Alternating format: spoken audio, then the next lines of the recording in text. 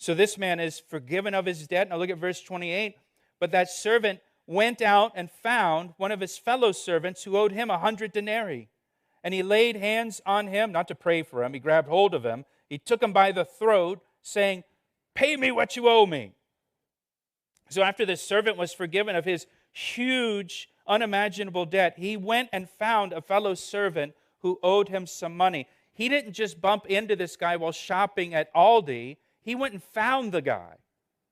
He hunted him down. And he grabs the guy by the throat, and he said, "Pay me what you owe me." Now, this guy owed 100 denarii, which is about 3 months' wages. Not pocket change, but definitely an amount of money that could be paid back.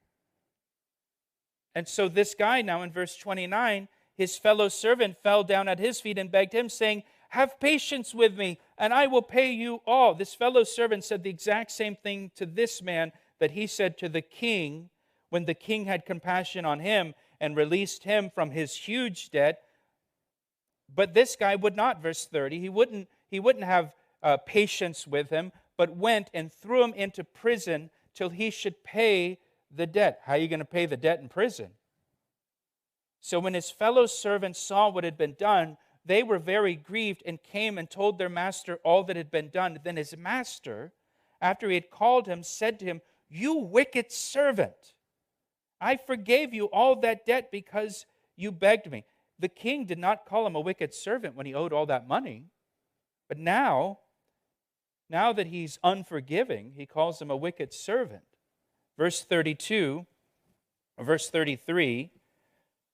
"Should you not also have had compassion on your fellow servant, just as I had pity on you?" And his master was angry and delivered him, notice, to the torturers until he should pay all that was due to him. Verse 35, "So my heavenly Father also will do to you if each of you from his heart does not forgive his brother his trespasses." That's a pretty heavy verse there, isn't it?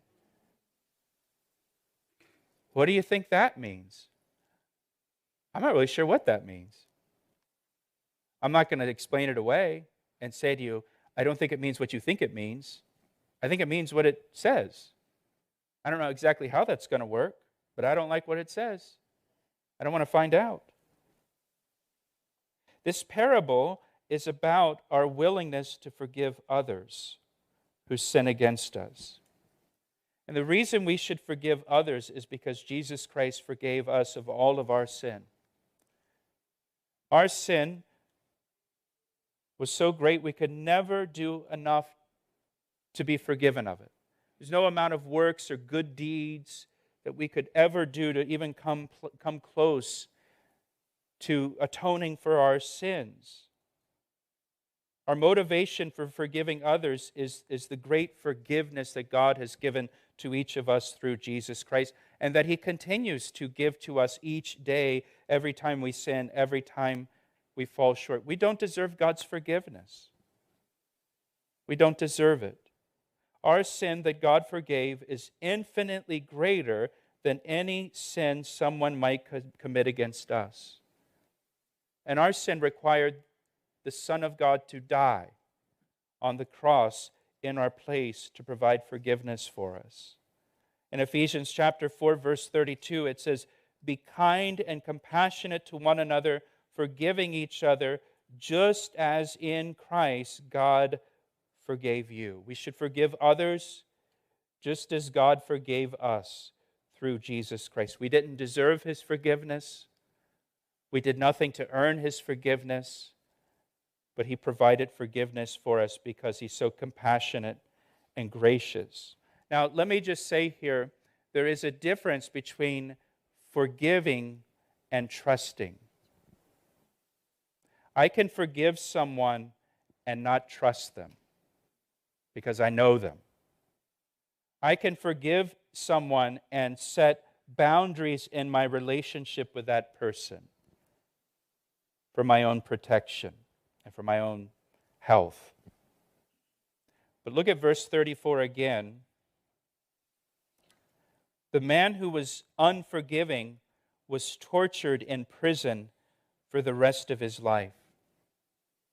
And let me just say to you, unforgiveness will torture you. And some people are tortured by unforgiveness for years and even decades.